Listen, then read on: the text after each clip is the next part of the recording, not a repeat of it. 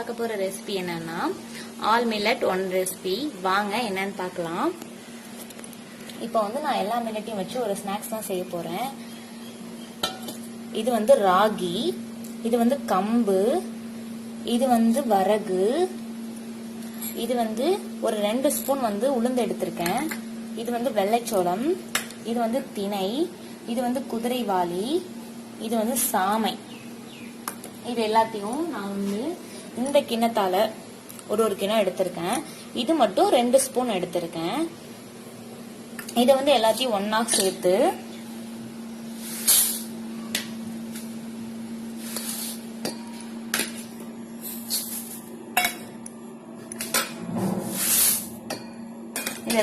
சேர்த்து நல்லா வாஷ் பண்ணிட்டு ஒரு 5 hours ஊற வைக்க போறேன்.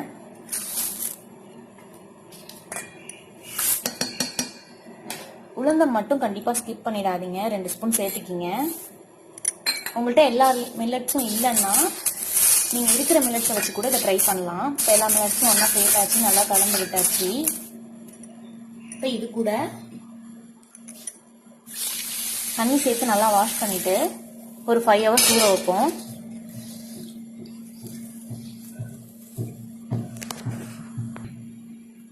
இது மாதிரி நிறைய தூசு வரும். இதை நீங்க எல்லாத்தையும் நல்லா கழுவி கீழே விட்டுடுங்க. இப்போ இதை நல்லா வாஷ் பண்ணியாச்சு. இது ஒரு 5 hours ஊறட்டும். நம்ம வெயிட் பண்ணுவோம் அது வரைக்கும். இப்போ வாங்க பார்க்கலாம். நம்ம ஊற வச்சிருந்த மில்லட்ஸ் எல்லாம் நல்லா ஊறிடுச்சு. இப்போ இதில் மிக்சியில் சேர்த்து நம்ம அரைச்சிடுவோம்.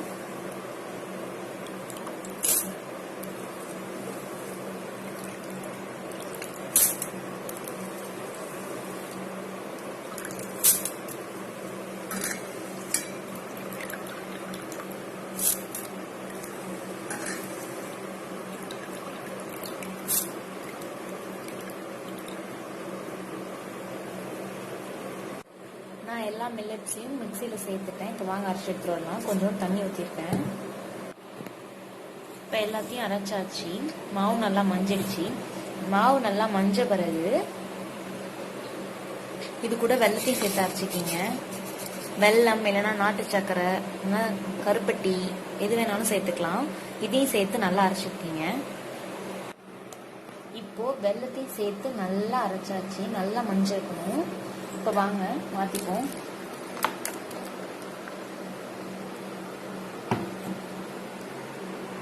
வந்து மாவு நம்ம அரைச்சிட்டோம். இந்த பதத்தில் இருக்கணும், தோசை மாவு பதத்தில் இருக்கணும். இது கூட கொஞ்சம் உப்பு, ஒரு 2 பிஞ்ச் அளவு சுக்கு பொடி, இது வந்து ஏலக்காய் பொடி, இது எல்லாத்தையும் சேர்த்து நல்லா மிக்ஸ் பண்ணிக்கணும்.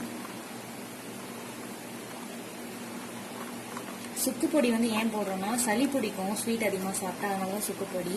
இது 2மே ஆப்ஷனல் தான். உங்களுக்கு வேணும்னா சேர்த்துக்கிங்க, இல்லைன்னா ஸ்கிப் பண்ணிக்கிங்க. இப்போ வாங்க பார்க்கலாம்.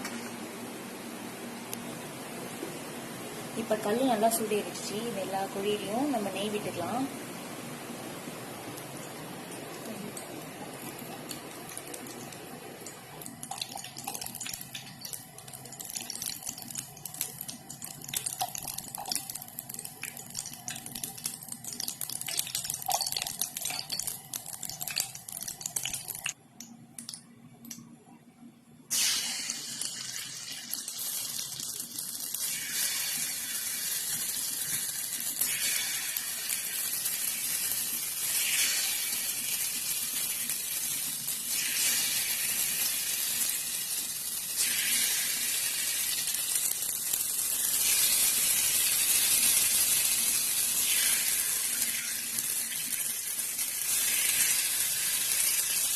இந்த மாவுல வேணா நீங்க வாழைப்பழம் கூட சேர்த்துக்கலாம்.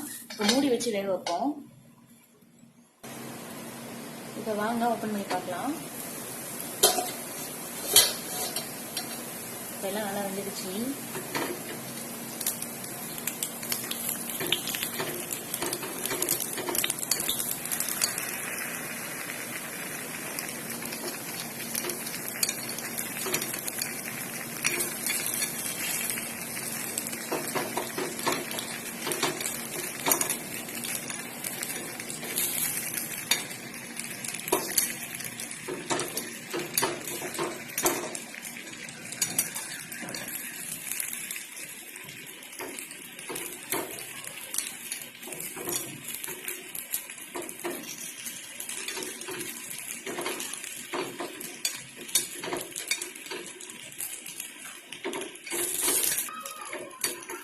எல்லாத்தையும் பரட்டி போட்டு ஒரு 3 நிமிஷம் வேக வைப்போம்.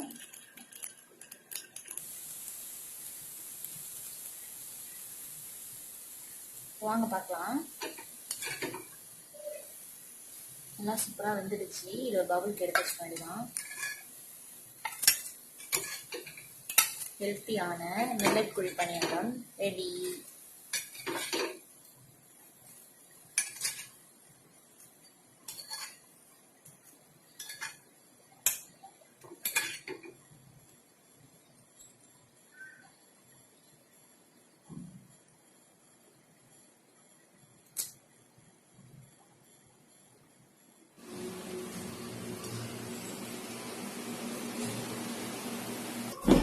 இதுவரைக்கும் என்னோட வீடியோவை பொறுமையாக பார்த்ததுக்கு நன்றி.